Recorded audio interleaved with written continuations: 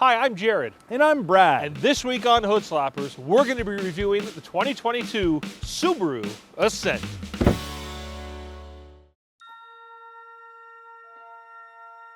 Space, the final frontier.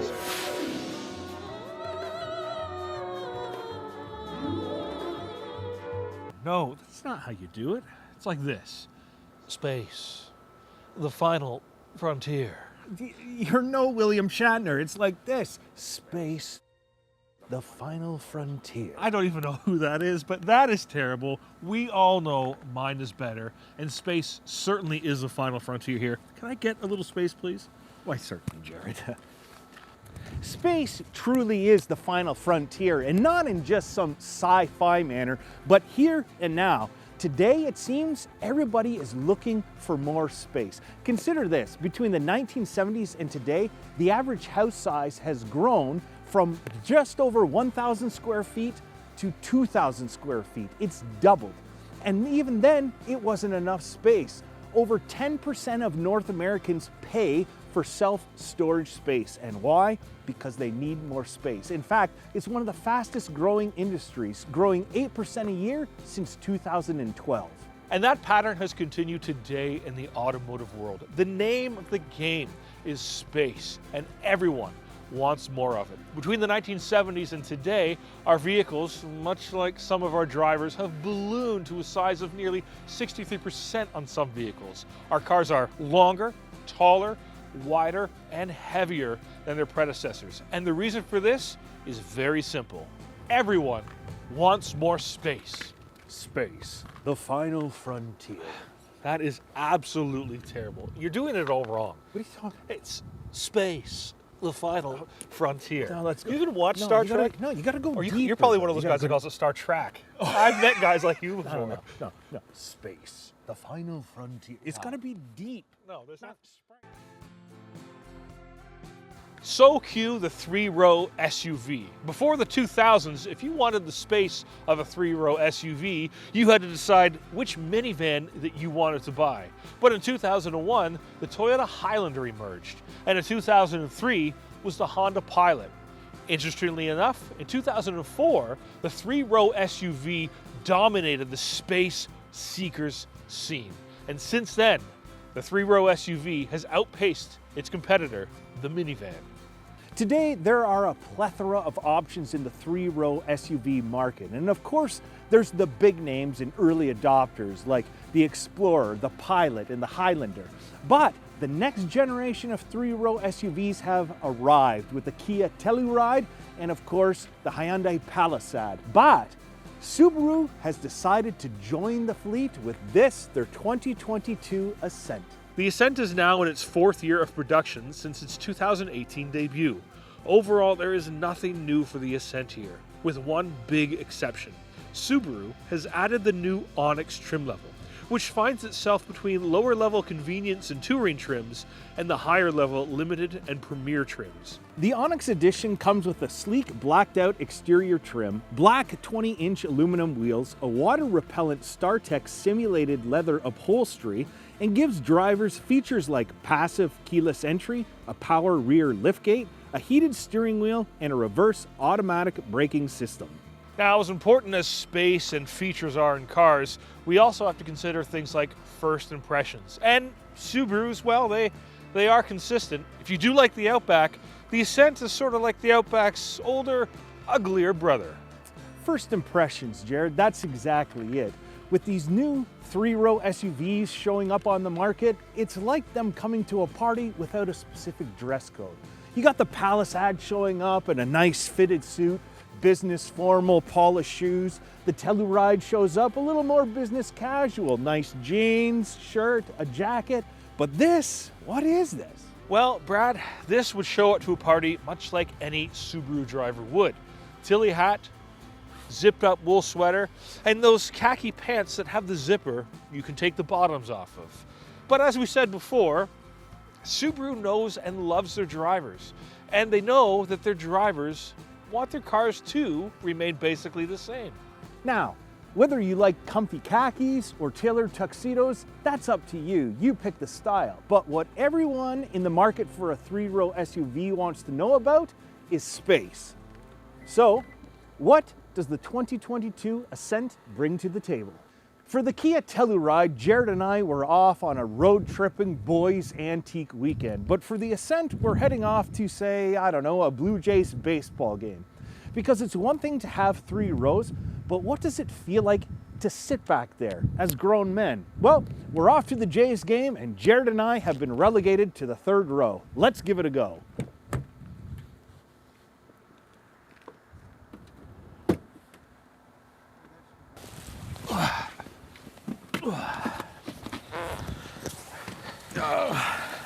Here we go.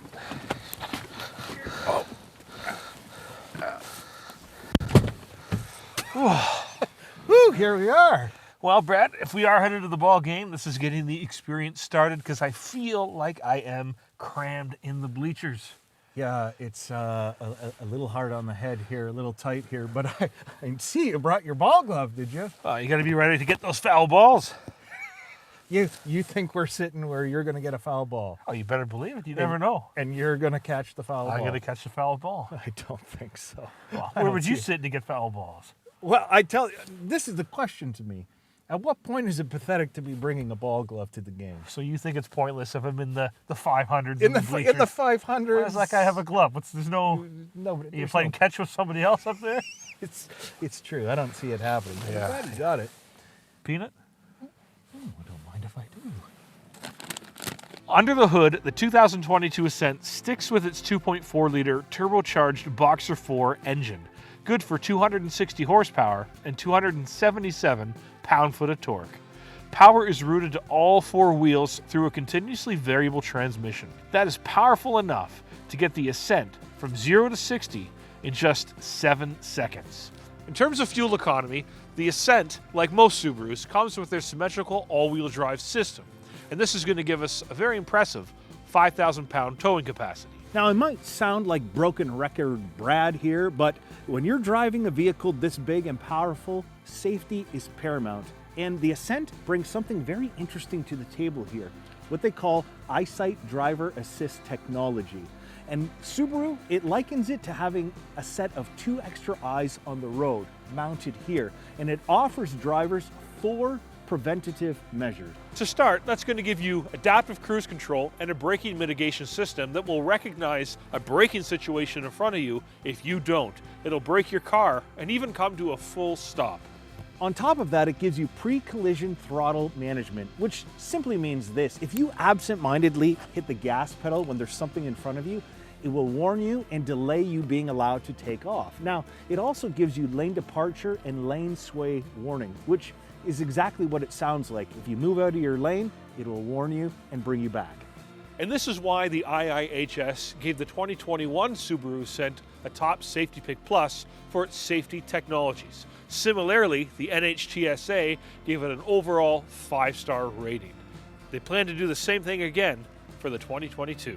Now, all of this is to be applauded, but I still take issue with one thing. You see, on the higher trim levels, you can add in safety options like blind spot monitoring. And this is where I have a problem. In my estimation, car companies can do better by making all of those safety options standard. Subaru, other companies, you can do better. Make safety standard. And what about the internal technologies? Again, the Ascent kind of disappoints here. The Highlander gives you an 8-inch display screen on the entry models, but you can upgrade that to 12.3. The Palisade, again, 8-inch display screen, but you can upgrade that to 10.25. The Telluride and the Pilot are also going to give you an 8-inch display screen to start with, and those are both upgradable. I just think maybe Subaru missed the mark on this one. Now, Jared, something we absolutely have to mention is that the Ascent boasts 19 cup holders. I mean, that seems a little gratuitous to me. Picture it this way: if you pack this car, that's 8 people. 8 people with 2 drinks, that's 16 cup holders with 3 to spare. I mean, I can't imagine why any vehicle would need 19 cup holders. What is the reason here? Brad, I think I know the reason. We've talked about Subaru drivers and their Nalgenes. Well, they've added Yetis to that as well. So if you're a Subaru driver, there's a good chance you're going to need lots of cup holders for your Nalgenes and your Yetis. So I think that's what they're for. That's what they're going with. Well, Jared, I just want to make this a little fun because with 19 cup holders, I'm inclined to think it might not be easy to find them all. So what I have done is taken your favorite treat, the milk dud, and I've put one milk dud in all 19 cup holders. We're going to time how long it takes you to retrieve all 19.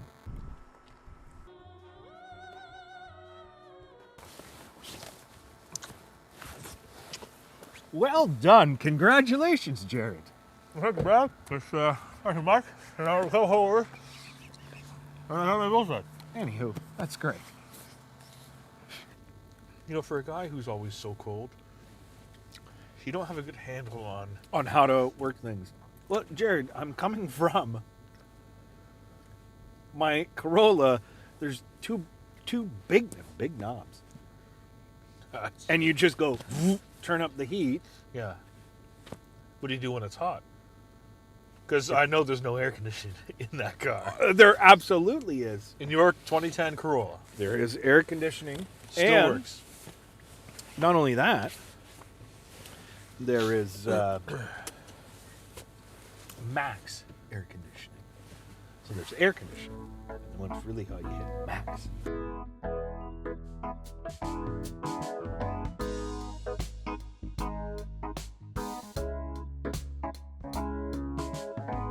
You know, I'd assume after our Subaru Outback review that we'd never get a Subaru again. I also assume that. But some people thought we were maybe a touch unkind Possibly. to the Subaru Possibly. driver. But we did a review, our opinion. I think we did a good job. And here we are again in a Subaru in the 2022 Ascent.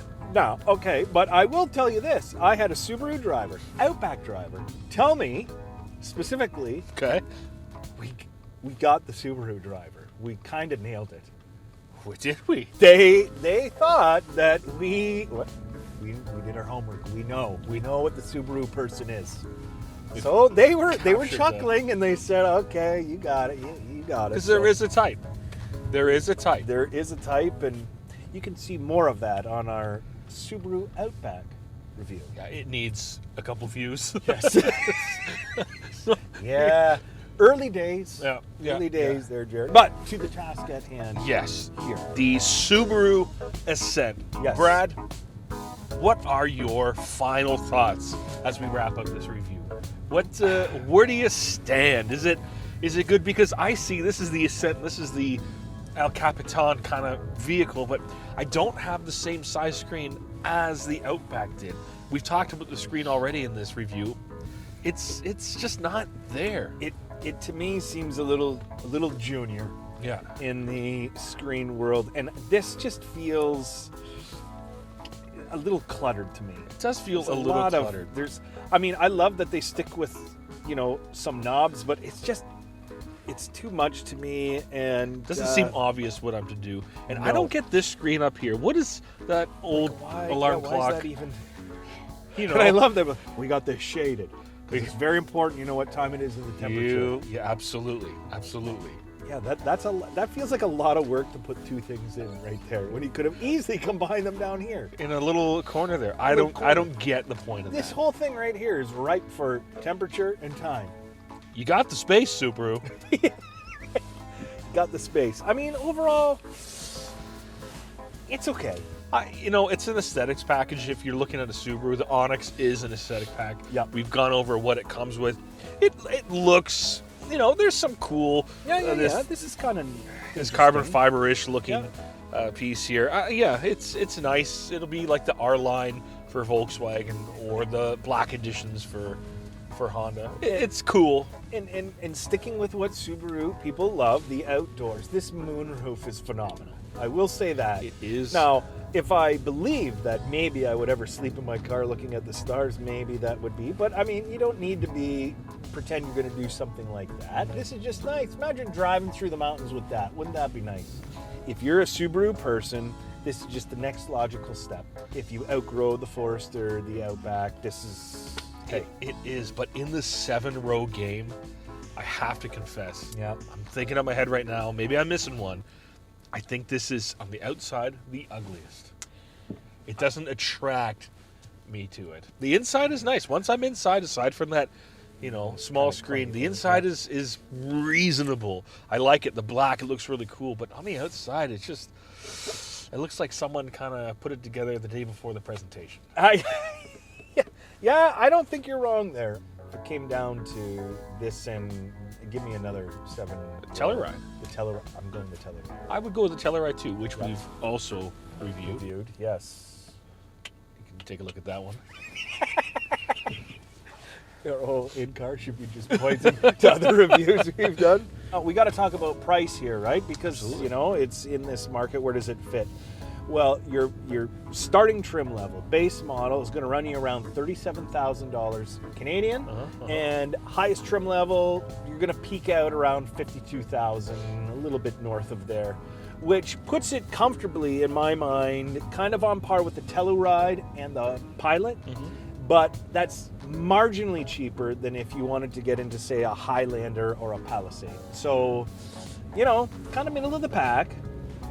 And for middle of the pack, like, I think, for me, given what I see here, if they had gone cheaper, then maybe I'm more interested. But if I can basically spend the same money on one of those others, Which one would you pick? If you had to pick a 3rd-row SUV at this moment, which one would it be? I think this might be the last pick. This would be because the last I pick. think I like the Telluride. I think Honda and Toyota, the Pilot and Highlander, I like just because of name and reliability. Yep. This is probably finishing low enough. One we didn't mention, Yes. and I think it's one of the nicest looking. Yeah. Top trim, I think it takes the cake for any top trim 3rd row, is the Atlas, which course. we have also reviewed. Of course. You How wanna see could I forget one? that? I need to watch our video of the Atlas. You need to start it. You know what? I agree, though. No, it's all coming back to me, Jared. That was very nice. The Atlas is a very nice car in a 3rd-row setting. The back seat has everything you need in terms of space. It has 2 seat belts because it really is meant for 2 people. And I think if I had to pick a 3rd-row SUV, I would pick the Atlas. My question, though, we've talked about space. We've talked about, people wanting more space. But what I find interesting is that families are getting smaller. People are having less kids. You're right. And our cars, at least in North America, are getting larger. I know. Now we can make the obvious joke and look, some people are getting bigger. There's that. Yes, there's that. But I mean, even in terms of family, it's just, why do we need 3 rows of, a lot of kids? I don't want my kid to have many friends. people Toting them around. toting them around. No, you don't want to be the taxi driver. No, hey, Jared, are you going to soccer practice? Do you mind picking the kids up? Jeez. I don't want to be that guy. There's a lot of people, I bet, they're finished with their 3rd-row cars, and they go to trade it in on something, Yep. and they say, that 3rd row is going to be spotless, I never used it. Like, even because we've talked about road tripping. How often do you take a road trip? Not every day. No. You drive to work every day. You Yes. drive somewhere Yes. regularly every day that most often won't require And all is it really sevens. just for us hockey people? What do you mean, Like us? hockey Us hockey bet- people? What? You're not a hockey guy? You a hockey guy? I love hockey. Well, I mean, do you play it, though? Just because you love hockey doesn't No, mean you're always but going I to tote have- around 6 guys in the back. No, what I mean is, because the hockey bag, more than any other sport that you tow your kids around to, hockey requires gear. So it's the Hockey does hockey require bags gear. Yeah. in the back. Yeah. Soccer, you just need your cleats and a ball, away you go. Yeah. Little Tommy's fine. It is a comfortable car. It's not. I mean, it seems loud because the road we're driving on has Yes. slush and snow and all that. But it's a comfortable car. It is relatively quiet. It has the acoustic glass here, so it does keep things even quieter. That's nice. Yeah, they did a nice job with that. And it's got features, but again, to me, if I'm going to drive a car every day, I gotta like the way it looks. And the outside, I don't approve. No. But that's my strike against. That's fair. Now, Brad, we Yeah. are in a bit of slush and snow. I do have Subaru's trusty X mode. Trusty X mode, never leave home without it in a Subaru. Feel And the power. can you? No, but it's doing something. Turn X mode off. Subaru is never a car I consider, and that's not the fault of Subaru. It's just it's not on the radar. Never is. Never was. I think it's a possibility for me. I think I probably fit a lot of, like, when you think of me, right? Like, how often are you saying to me, Brad, you're such an outdoorsy guy. Brad, you're always hiking, camping, you know? So, I mean, it might fit for me.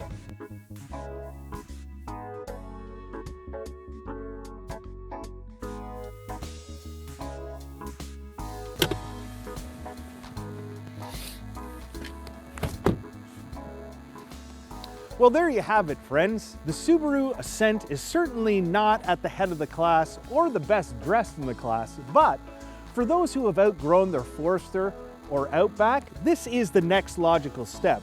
And for those who are looking to explore some options, the Ascent does excel in 3 areas: safety, space, and, well, cup holders.